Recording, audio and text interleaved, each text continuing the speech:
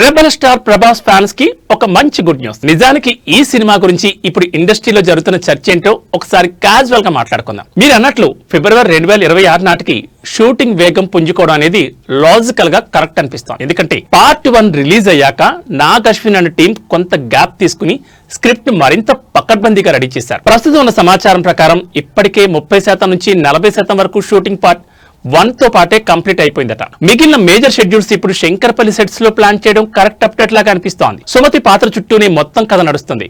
Part 1 చివరిలో ఆమె కల్కికి జన్మనివ్వబోతున్నట్లు చూపించారు. కాబట్టి ఆమెను రీప్లేస్ చేయడం అనేది దాదాపు అసాధ్యం. సాయి పల్లవి ప్రాజెక్టులకు రావడం అనేది ఒక సెన్సేషనల్ న్యూస్. కానీ ఆమె దీపికా ప్లేస్ లో కాకుండా ఏదైనా కొత్త దేవతామూర్తి పాత్రలో లేదా ఏదైనా పవర్ఫుల్ ఫ్లాష్ బ్యాక్ రోల్లో కనిపిస్తే బాగుంటుంది. సాయి పల్లవి నటన గురించి మనందరికీ తెలిసిందే కదా. ఆమె వస్తే సినిమా వెయిట్ డబుల్ అవుతుంది. 3102 BC అనేది హిందూ పురాణాల ప్రకారం కలియుగం ప్రారంభమైన సంవత్సరం మరియు కృష్ణుడు నిర్యాణం చెందిన సమయం.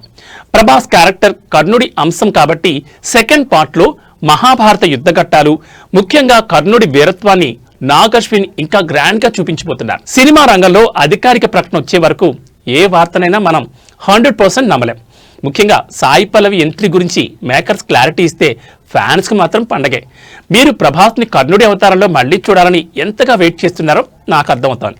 ఆ విజువల్స్ పీక్స్ లో ఉంటాయని మాత్రం ఆశిద్దాం.